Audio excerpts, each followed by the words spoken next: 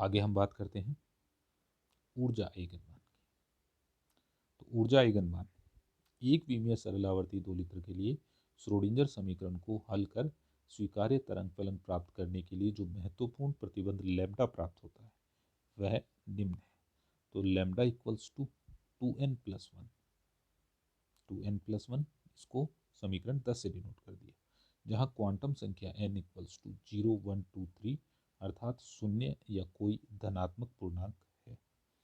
Lambda की यदि बात करें, पीछे हम ऊपर लिख कर आए हैं कि लैम्ब्डा जो है वो किसके बराबर है, 2e/h क्रॉस ओमेगा के। तो देखो लैम्ब्डा हमने कहाँ लिया है, ये रहा हमारा lambda, lambda equals to 2e/h cross omega. तो ये लैम्ब्डा की वैल्यू जो है ये हमने यहाँ प्लेस कर दी, ये आ गया। तो ये हो गया 2en/h cross omega equals to lambda equals to 2n+1। यहाँ e के नीचे हम n लगा देते हैं, तो जो हमारे पास कॉरस्पॉन्डिंग क्वांटम नंबर है उसके लिए हमारे पास एनर्जी आ जाएगी।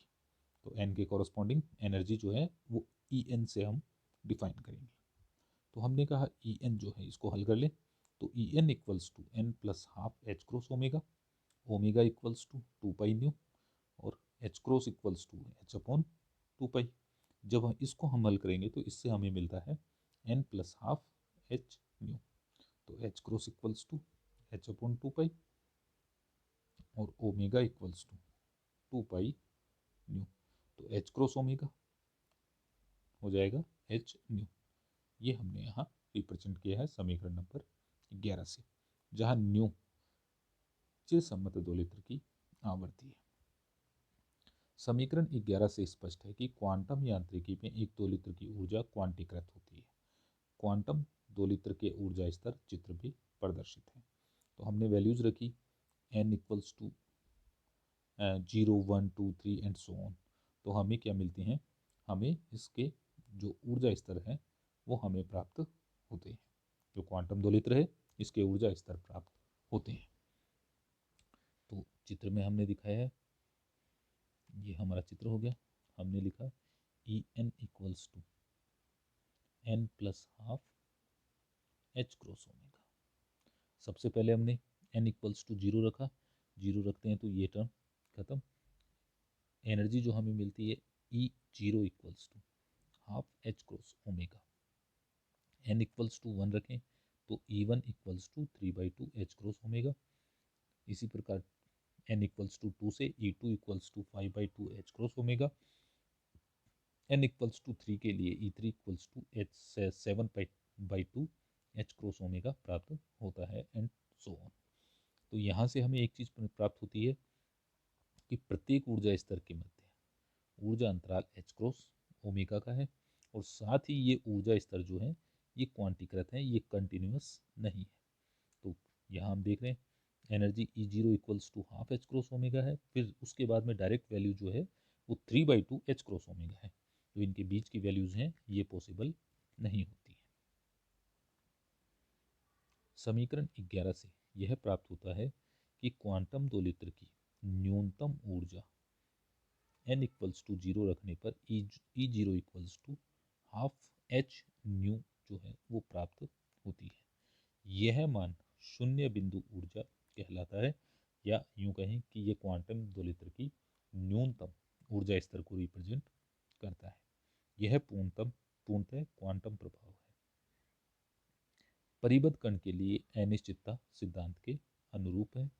चिरसम्मत यांत्रिकी में दोलित्र की न्यूनतम ऊर्जा शून्य होती है जब कण मूल बिंदु पर स्थिर अवस्था में आ जाता है, लेकिन क्वांटम यांत्रिकी में दोलित्र परिबद्ध अवस्था में स्थिर अवस्था में नहीं आ सकता, अर्थात स्थिति x में अनिश्चितता डेल्टा x इक्वल्स टू 0 नहीं हो सकती है। इस कारण दोलित्र की न्यूनतम ऊर्जा E0 equals to 12h cross omega प्राप्त होती है।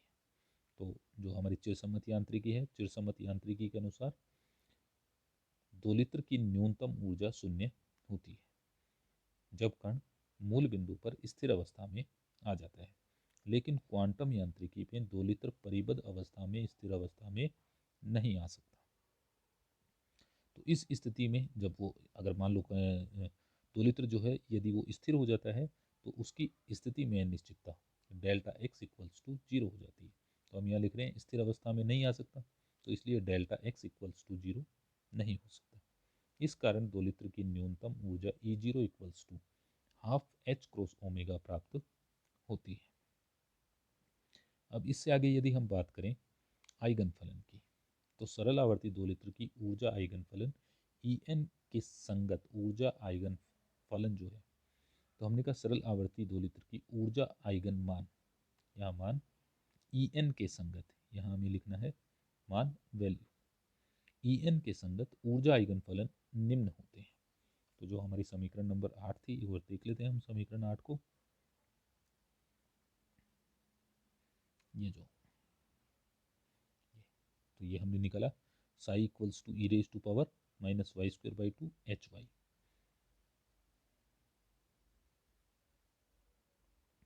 ये सम ठीक है।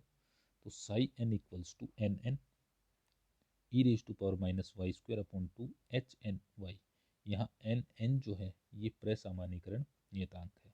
तो प्रसामान्यीकरण नियतांक कैसे निकालेंगे हम, psi psi star D X, यहाँ लिमिट लगा दी minus infinity to infinity equals to one, से हम इसको एन एन की वैल्यू जो है वो हम कैलकुलेट कर लेंगे। और एच एन वाई हर्मिटी बहुपद है, ठीक है। ये जो हम आगे पढ़ेंगे, जो हम पिछली क्लास में पढ़ कर आए हैं बीएससी सेकेंड ईयर के अंदर, बीएससी सेकेंड ईयर में हमने हर्माइट अवकल समीकरण को सॉल्व किया था। सॉल्व करके हमने हर्माइट बहुपद जो है वो कैलकुलेट किया था। अतः तरंग फलन psi n x equals to n n e raise to power minus alpha square x square by two h N alpha x. तो जो y की वैल्यू थी, y हमने कितना माना था, y माना था एल्फा एक्स, ये वैल्यू भी हमने यहाँ रख ली। तो हमने कहा एन एन का मान प्रसामान्यीकरण प्रतिबंध से हम ज्ञात करते हैं, से प्राप्त किया जा सकता है। तो समाकलन संबंध minus infinity to infinity e raise to power minus Y square h n square y d y equals to root pi two n two की पावर एन रूट एन। तो इसके द्वारा हम इसको कैलकुलेट कर लेते हैं, ठीक है। तो इसकी जगह हमने ये वैल्यू रख ली, बाहर आ जाएगा इसके एन एन, और इसका पक्षांतरण करके एन एन की वैल्यू जो है वो हम कैलकुलेट कर लेंगे। ये जो हमने प्रतिबंध निकाला है ये भी हमने हमारी लास्ट क्लास के अंदर जब हर्माइट अवकल समीकरण के लिए जो हर्माइट जो बहुपद था, हर्माइट पोलिनोमियल, इसका जो लांबिकता प्रतिबंध था ऑर्थोगोनलिटी कंडीशन, उससे हमने ये कैलकुलेट किया था। तो इसका मतलब एन एन हमारा हो गया n n equals to alpha upon root pi two n factorial n की पावर हाफ। अतः सरल आवर्ती दोलित्र का तरंग फलन psi n x equals to ये जो term n n e raise to power minus alpha square x square by two h N alpha x प्राप्त होता है, जहाँ हर्माइट बहुपद एच एन एल्फा एक्स के मान h zero y equals to one, h one y equals to two y, h two y equals to four y square minus two, h three y equals to eight y cube minus 12y। ये जो Hermite बहुपद है ये भी हमने last class BSc part second के अंदर values जो है हर्माइट बहुपद की हमने कैलकुलेट की थी।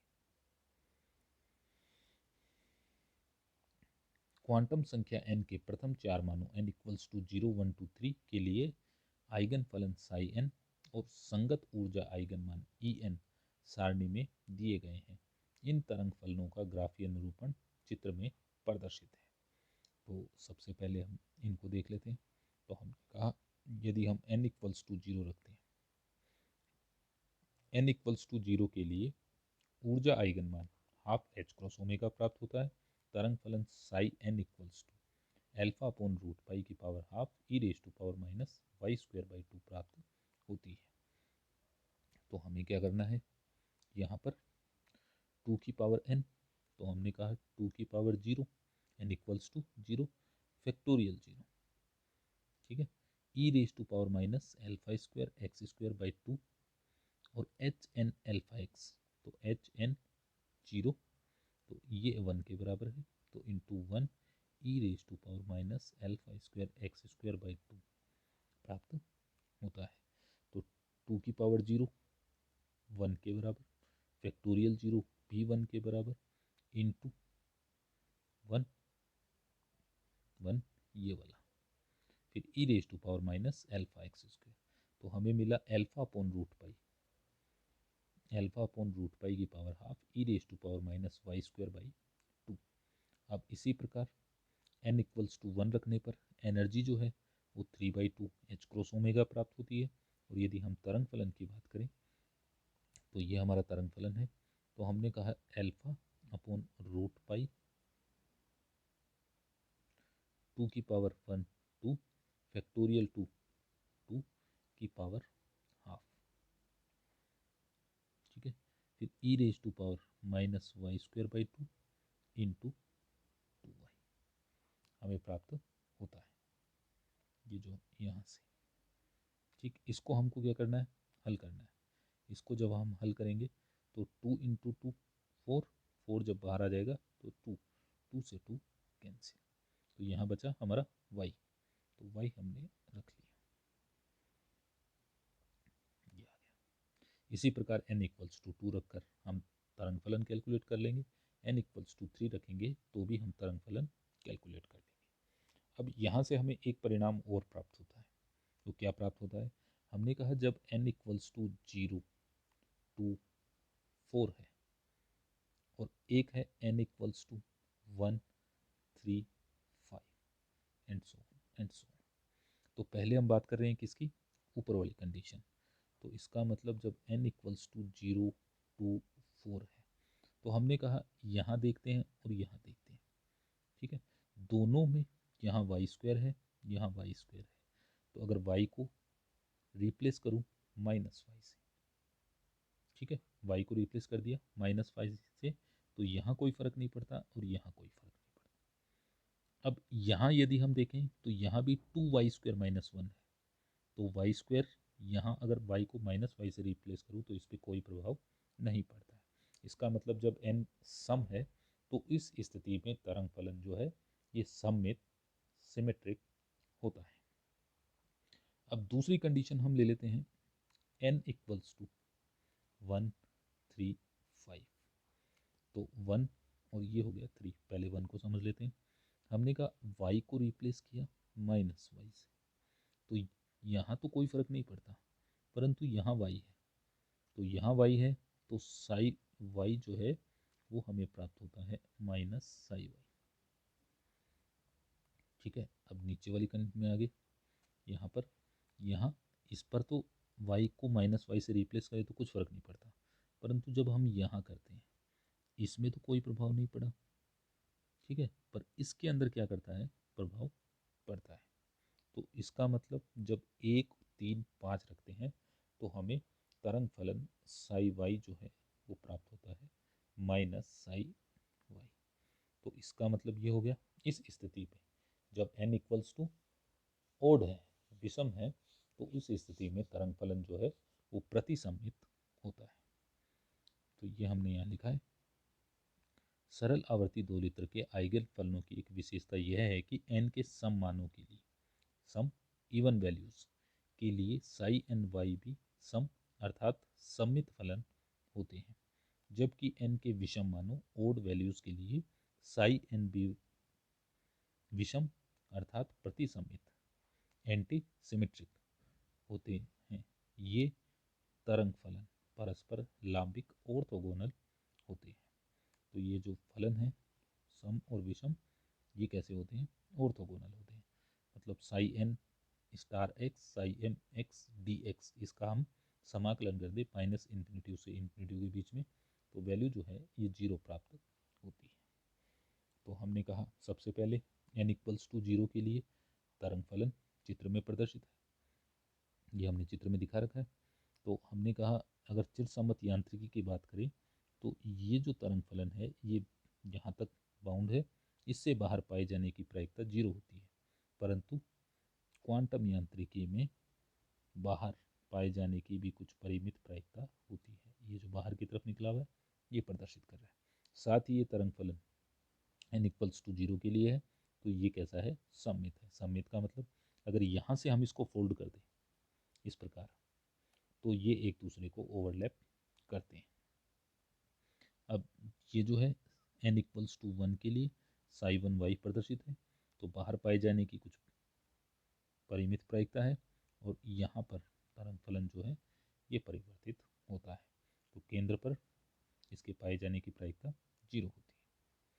अब हम आगे चले तो, और साथ में अगर हम इसको यहाँ से फोल्ड कर लें, यहाँ से हम इसको फोल्ड कर दें, तो ये ऊपर आता है, ये नीचे आता है, तो एक जैसा नहीं है, तो ये कैसा है, ये सममित नहीं होता, प्रतिसम्मित होता है। इसी प्रकार साई इक्वल्स टू 2 के लिए प्रदर्शित है, सॉरी n इक्वल्स टू 2 के लिए तरंग फलन चित्र में प्रदर्शित है, और यहाँ पर n इक्वल्स टू 3 के लिए यहाँ तरंग फलन हमने चित्र में प्रदर्शित